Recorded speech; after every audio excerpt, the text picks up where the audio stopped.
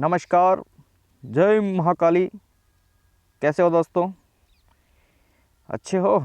चलो देखिए, रीट मेंस के लिए काफ़ी इम्पोर्टेंट हम सीरीज़ लेके आए हैं राजस्थान जीके की। अंत तक हमारे साथ बने रहेगा, ठीक है। इसका पार्ट फर्स्ट जारी हो चुका है, काफ़ी अच्छे प्रश्न थे और इस पार्ट 2 में भी काफ़ी अच्छे प्रश्न आपको देखने को मिलेंगे, तो अंत तक हमारे साथ बने रहेगा। क्वेश्चन नंबर 1 देखिए, अंगदान की थीम पर बनी किस फिल्म को राज्य सरकार द्वारा टैक्स मुक्त घोषित किया है? अंगदान की थीम पर बनी किस फिल्म को राज्य सरकार द्वारा टैक्स मुक्त घोषित किया है? जल्दी से 4 ऑप्शन देखिए और अपना राइट आंसर चूज कीजिए। तो दोस्तों, इसका जो राइट आंसर है वो है ऑप्शन ए जिंदगी, ठीक है। अंगदान की थीम पर बनी हुई फिल्म है ए जिंदगी, जिसे राज्य सरकार द्वारा टैक्स मुक्त घोषित किया है, ठीक है। चलिए अगला प्रश्न देखिए, क्वेश्चन नंबर 2। अच्छा प्रश्न है, राजस्थान हस्तशिल्प नीति 2022 के तहत हस्तशिल्प डिजाइन बैंक कहाँ स्थापित किया जाएगा? Option A Kota, option B Alwar, option C Jaipur, option D Jodhpur. जल्दी से इसका राइट आंसर दीजिए। तो दोस्तों, इसका जो राइट आंसर होगा वो होगा ऑप्शन सी जयपुर। राजस्थान हस्तशिल्प नीति 2022 के तहत हस्तशिल्प डिजाइन बैंक कहाँ स्थापित किया जाएगा दोस्तों? जयपुर में, ठीक है, याद रखेंगे। क्वेश्चन नंबर 3 देखिए, अच्छा प्रश्न है, जोरदार प्रश्न है। क्वेश्चन नंबर 3 है, राष्ट्रपति द्रौपदी मुर्मू ने राजस्थान के किस गांव को राष्ट्रीय स्वच्छता अवार्ड 2022 से सम्मानित किया है? ठीक है, option A Jawanpura Jaipur, option B Palgaon Jodhpur, option C Kheruna Bundi, option D Dhanakya गांव जयपुर। तो दोस्तों, इसका जो राइट आंसर होगा वो क्या होगा, जल्दी से बताइए। तो दोस्तों, इसका राइट आंसर है ऑप्शन सी खेरुणा बूंदी, ठीक है। खेरुणा बूंदी को राष्ट्रीय स्वच्छता अवार्ड 2022 से सम्मानित किया गया है, ठीक है। चलिए अगला प्रश्न, क्वेश्चन नंबर 4, जो भी काफ़ी अच्छा प्रश्न है, ठीक है। राजस्थान का एकमात्र दुर्ग जहां मंदिर, मस्जिद तथा गिरजाघर तीनों स्थित हैं। जल्दी से इसका राइट आंसर दीजिए। राजस्थान का एकमात्र दुर्ग कौन सा है जहां मंदिर, मस्जिद और गिरजाघर तीनों स्थित हैं? तो दोस्तों, इसका राइट आंसर होगा ऑप्शन बी रणथंभौर दुर्ग, ठीक है। रणथंभौर दुर्ग जो सवाई माधोपुर में है, वहाँ पर मंदिर, मस्जिद और गिरजाघर तीनों स्थित हैं। चलिए अगला प्रश्न देखिए, क्वेश्चन नंबर 5। निम्न में से किसने नीति निर्देशक तत्वों को एक चेक कहा है जिसका भुगतान बैंक की सुविधा पर निर्भर करता है? काफ़ी अच्छा प्रश्न है दोस्तों। अच्छे प्रश्न लगे तो आप लाइक ज़रूर करें, कमेंट करें और अगर आप हमारे चैनल पर नए हैं तो सब्सक्राइब जरूर करें। तो दोस्तों, क्वेश्चन नंबर 5 का राइट आंसर दीजिए। किसने कहा कि नीति निर्देशक तत्व एक चेक है जिसका भुगतान बैंक की सुविधा पर निर्भर करता है? तो इसका राइट आंसर होगा दोस्तों ऑप्शन डी के.टी. साहा। किसने कहा था? के.टी. साहा ने कहा था। क्वेश्चन नंबर 6 की तरफ चलते हैं। क्वेश्चन नंबर 6 अच्छा प्रश्न है। कौन सा कथन राष्ट्रपति के संदर्भ में असत्य है? ऑप्शन ए राष्ट्रपति संसद के किसी भी सदन को विघटित कर सकता है, ऑप्शन बी राष्ट्रपति दोनों सदनों में अभिभाषण और संदेश भेजने का अधिकार रखता है, ऑप्शन सी राष्ट्रपति दोनों सदनों का या किसी सदन का सत्रावसान कर सकता है, ऑप्शन डी राष्ट्रपति अनुच्छेद 108 के अनुसार दोनों सदनों का संयुक्त अधिवेशन बुला सकता है। आपको बताना है राष्ट्रपति के संदर्भ में कौन सा कथन असत्य है। तो दोस्तों, इसका राइट आंसर होगा ऑप्शन ए, ठीक है। ऑप्शन ए इसका करेक्ट आंसर होगा। राष्ट्रपति संसद के किसी भी सदन को विघटित कर सकता है, ये असत्य है। राष्ट्रपति लोकसभा को विघटित कर सकता है लेकिन राज्यसभा को विघटित नहीं कर सकता है, क्योंकि राज्यसभा एक स्थायी सदन है जिसे विघटित नहीं किया जा सकता है, ठीक है। बाकी ये याद रखेंगे, अनुच्छेद 108 के अनुसार राष्ट्रपति दोनों सदनों का संयुक्त अधिवेशन भी बुला सकता है, ठीक है। अच्छा प्रश्न है। क्वेश्चन नंबर 7 बहुत ही अच्छा प्रश्न है। राजस्थान के एकमात्र राजस्थान के एकमात्र निर्वाचित तथा मनोनीत मुख्यमंत्री, राजस्थान के एकमात्र निर्वाचित तथा मनोनीत मुख्यमंत्री जिसे लक्कड़ तथा फक्कड़ का धनी कहा जाता है। लक्कड़ तथा फक्कड़ का धनी किसे कहा जाता है? Option A Hiralal Shastri, option B Jai Narayan Vyas, option C Mohanlal Sukhadia, option D Haridev Joshi. तो दोस्तों इसका राइट आंसर होगा ऑप्शन बी जय नारायण व्यास। ठीक है, लक्कड़ तथा फक्कड़ का धनी जय नारायण व्यास को कहा जाता है, जो राजस्थान के एकमात्र निर्वाचित और मनोनीत मुख्यमंत्री हैं। चलिए अगला प्रश्न देखिए, क्वेश्चन नंबर 8। अच्छा प्रश्न है, जोरदार प्रश्न है। राजस्थान में नीला पानी का मेला कहाँ आयोजित होता है? राजस्थान में नीला पानी का मेला कहाँ आयोजित होता है? Option A Hathod Dungarpur, option B Bari Dholpur, option C Sariska Alwar, option D Swaroopganj Sirohi. तो दोस्तों राजस्थान में नीला पानी का जो मेला है वो हथौड़ गांव डूंगरपुर में आयोजित होता है। तो ऑप्शन ए इसका करेक्ट आंसर होगा। ठीक है, अच्छे प्रश्न है दोस्तों। Question number 9। कौन सा प्रसिद्ध राजस्थानी गीत एक युवती के सौंदर्य का वर्णन करता है? कौन सा एक राजस्थानी गीत है जो युवती के सौंदर्य का वर्णन करता है? Option A Moomal, option B Sapna, option C Kuranja, option D Gorband. तो दोस्तों इसका राइट आंसर होगा वो होगा ऑप्शन ए मूमल। ठीक है, मूमल इसका करेक्ट आंसर होगा। क्वेश्चन नंबर 10 की तरफ चलते हैं। क्वेश्चन नंबर 10, हर का हिंडोला क्या है? हर का हिंडोला क्या है? तो दोस्तों जल्दी से 4 ऑप्शन देखिए और अपना राइट आंसर चयन कीजिए। हो गया चयन? चलिए अब मैं बताता हूँ। हर का हिंडोला क्या है? वृद्ध की मृत्यु पर गाया जाने वाला गीत है। वृद्ध की मृत्यु पर गाया जाने वाला गीत जिसे हर का हिंडोला कहा जाता है। ऑप्शन डी इसका राइट आंसर होगा। क्वेश्चन नंबर 11 की तरफ चलते हैं। क्वेश्चन नंबर 11 काफ़ी अच्छा प्रश्न है। कौन सा युग्म सुमेलित नहीं है? चूलिया जलप्रपात चंबल नदी पर। तो दोस्तों ध्यान रखेंगे, चूलिया जलप्रपात कहाँ पर है? चंबल नदी पर है, बिल्कुल सत्य बात है। भीमलत जलप्रपात, ठीक है, जो मांगली नदी पर है, बिल्कुल सत्य बात है। दिर जलप्रपात जो कांकुड़ नदी पर है, कांकुड़ नदी पर है, बिल्कुल सत्य बात है। लेकिन ऑप्शन नंबर डी जो सुमेलित नहीं है वो है अरना झरना जलप्रपात। ये अरना झरना जलप्रपात दोस्तों जोधपुर में है। ये किसी नदी पर नहीं है, ये एक शुष्क जलप्रपात है। कौन सा जलप्रपात है दोस्तों? ये एक प्रकार का शुष्क जलप्रपात है। तो ऑप्शन डी इसका करेक्ट आंसर होगा। ठीक है, अरना झरना जलप्रपात जो कि जोधपुर जिले में है और ये एक शुष्क जलप्रपात है। चलिए अगला क्वेश्चन देखिए। क्वेश्चन नंबर 12 बहुत ही अच्छा प्रश्न है दोस्तों। कारा और लेंटाना पर प्रश्न एग्जाम में पूछा जा सकता है कि कारा और लेंटाना क्या है। तो दोस्तों कारा और लेंटाना एक जहरीली घासें हैं जो किस अभ्यारण्य में पाई जाती हैं, आपसे पूछा जा सकता है। कारा और लेंटाना जहरीले घासें किस अभ्यारण्य में पाई जाती हैं? जल्दी से बताइए इसका राइट आंसर क्या होगा।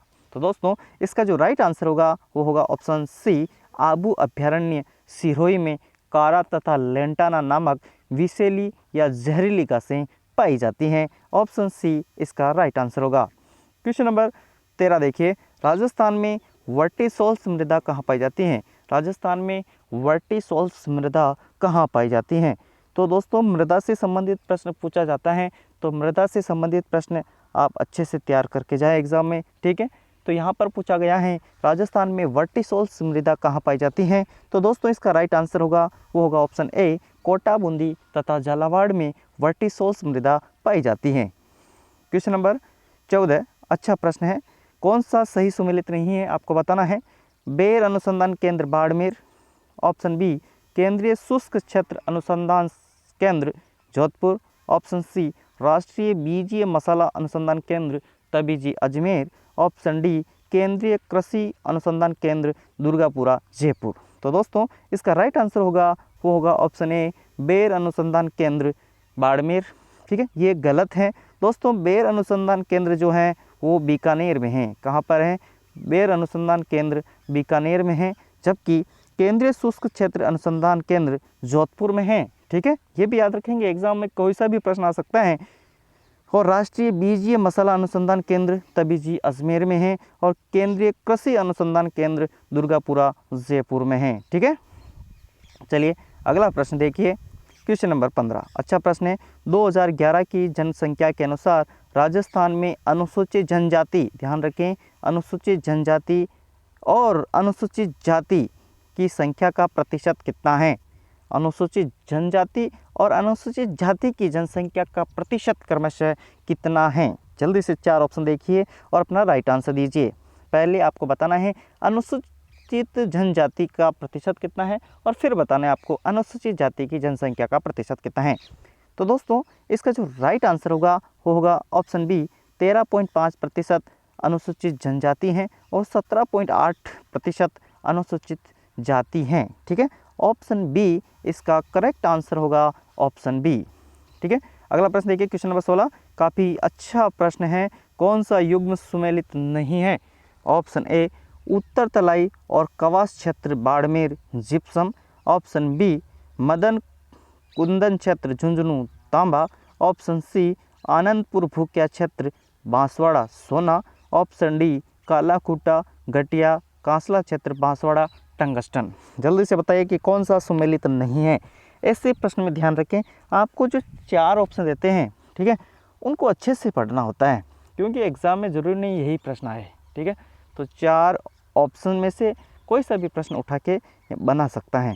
तो दोस्तों इसमें कौन सा सुमेलित नहीं है, तो इसका जो राइट आंसर है दोस्तों ऑप्शन डी होगा, कालाखुटा घटिया और कांसला। ठीक है, कालाखुटा घटिया और कांसला जो क्षेत्र हैं, जो लालवानी जो क्षेत्र हैं, वो बांसवाड़ा में है और मैंगनीज के लिए प्रसिद्ध हैं। ठीक है, किसके लिए प्रसिद्ध हैं, मैंगनीज के लिए प्रसिद्ध हैं।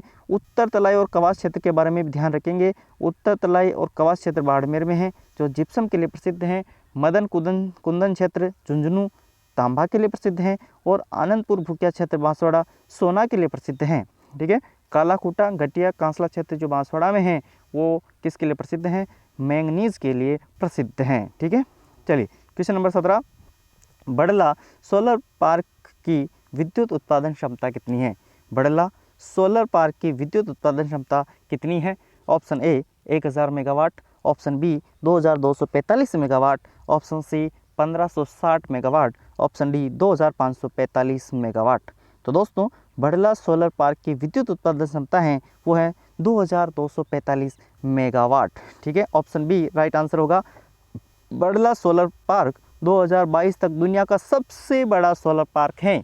2022 तक, अभी तक, वर्तमान तक बड़ला सोलर पार्क दुनिया का सबसे बड़ा सोलर पार्क है, और यह बड़ला जो है फलौदी तहसील जोधपुर जिला ठीक है, जोधपुर ज़िले में है और राजस्थान के अंदर है, और भारत में कुल 5700 हेक्टेयर यानी 14,000 एकड़ क्षेत्र में फैला हुआ है। ठीक है, तो कुल कितने क्षेत्रफल पे फैला हुआ है, 5700 हेक्टेयर या 14,000 एकड़ क्षेत्र पर यह बड़ला सोलर पार्क स्थित है। ठीक है, अगला प्रश्न देखिए, क्वेश्चन नंबर 18। बहुत ही अच्छा प्रश्न है। राजस्थान में स्टैच्यू ऑफ पीस यूनिटी कहाँ स्थापित की गई है। राजस्थान में स्टैच्यू ऑफ पीस यूनिटी कहाँ स्थापित किया गए हैं। Option A Sirohi, option B Pali, option C Jodhpur, option D Jaisalmer. तो दोस्तों राजस्थान में स्टैच्यू ऑफ पीस यूनिटी कहाँ स्थापित की गई हैं, वो स्थापित की गई हैं दोस्तों पाली में। कहाँ पर, पाली में। तो ऑप्शन बी इसका करेक्ट आंसर होगा। थोड़ा देख लीजिएगा, पाली जिले के जैतपुरा में, ठीक है, जैतपुरा पाली में आचार्य विजय वल्लभ सुरीश्वर की 151 इंच की अष्टधातु से बनी मूर्ति जमीन से 27 फीट ऊंची है और इसका वजन 1300 किलो है। ठीक है, तो याद रखेंगे, अच्छा प्रश्न एग्जाम में देखने को मिल सकता है।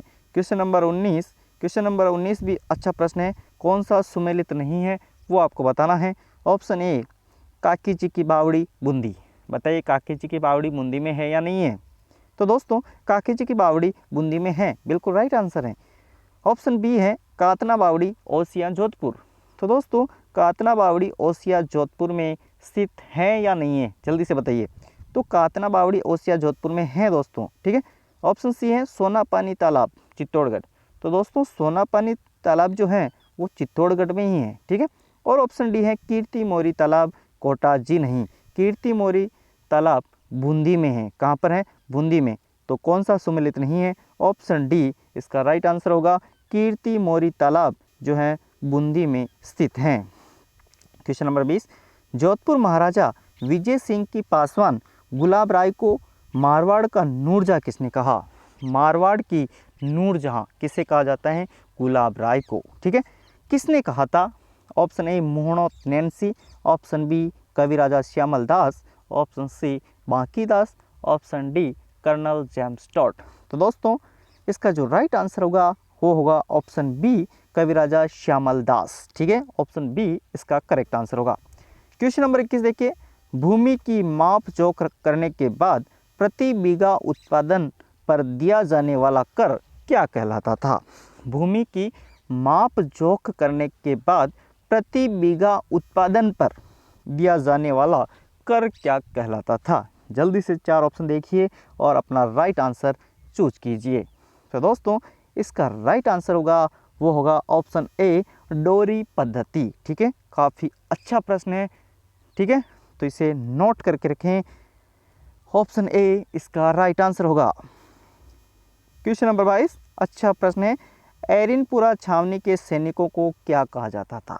एरिनपुरा छावनी के जो सैनिक थे उन्हें क्या कहा जाता था? तो दोस्तों 4 ऑप्शन देखिए, जल्दी से राइट आंसर दीजिए। दोस्तों एरिनपुरा छावनी के सैनिकों को पूर्विया सैनिक कहा जाता था, यानी ऑप्शन सी इसका राइट आंसर होगा। क्वेश्चन नंबर 23, जयपुर के किस शासक को बदनाम शासक कहा जाता था? जयपुर का ऐसा कौन सा शासक था जिसे बदनाम शासक कहा जाता था? जल्दी से इसका राइट आंसर दीजिए। और प्रश्न अच्छे हैं तो एक बार आप कमेंट कर दीजिए, ठीक है। कमेंट करने से क्या होता है कि हमारा हौसला बढ़ता है, हम बहुत अच्छे अच्छे प्रश्न लेके आते हैं, ठीक है। तो किस शासक को बदनाम शासक कहा जाता है? तो दोस्तों इसका राइट आंसर होगा जगत सिंह द्वितीय, ठीक है। जगत सिंह द्वितीय को जयपुर का बदनाम शासक कहा जाता था, ठीक है। क्वेश्चन नंबर 24, पैटर्न कला हेतु राजस्थान का कौन सा लोक नृत्य प्रसिद्ध है? पैटर्न कला के लिए राजस्थान का कौन सा लोक नृत्य प्रसिद्ध है? ऑप्शन ए कच्ची घोड़ी नृत्य, ऑप्शन बी घूमर नृत्य, ऑप्शन सी चरी नृत्य, ऑप्शन डी ढोल नृत्य। तो दोस्तों इसका राइट आंसर होगा ऑप्शन ए कच्ची घोड़ी नृत्य, जो है पैटर्न कला के लिए प्रसिद्ध हैं और ये शेखावटी का प्रसिद्ध लोक नृत्य हैं, ठीक है। अगला प्रश्न देखिए, क्वेश्चन नंबर 25 और आखिरी क्वेश्चन आज का, जो अपने भाई का वध करेगा दिल्ली की गद्दी पर वही बैठेगा, यह भविष्यवाणी शाहजहां के पुत्रों के संबंध में किस लोक संत ने की? ऑप्शन ए संत लालदास जी ने, ऑप्शन बी संत हरिदास जी ने, ऑप्शन सी संत चरणदास जी ने और ऑप्शन डी जाम्बोजी ने। तो दोस्तों इसका राइट आंसर होगा ऑप्शन ए संत लालदास जी ने, ठीक है। संत लालदास जी ने भविष्यवाणी की थी कि जो अपने भाई का वध करेगा दिल्ली की गद्दी पर वही बैठेगा, ठीक है। यह भविष्यवाणी बाद में सत्य सिद्ध हुई थी, ठीक है। तो वीडियो कैसा लगा दोस्तों, प्रश्न कैसे थे, कमेंट करना ना भूलें, ठीक है। और अपने साथियों के साथ शेयर जरूर करें। धन्यवाद।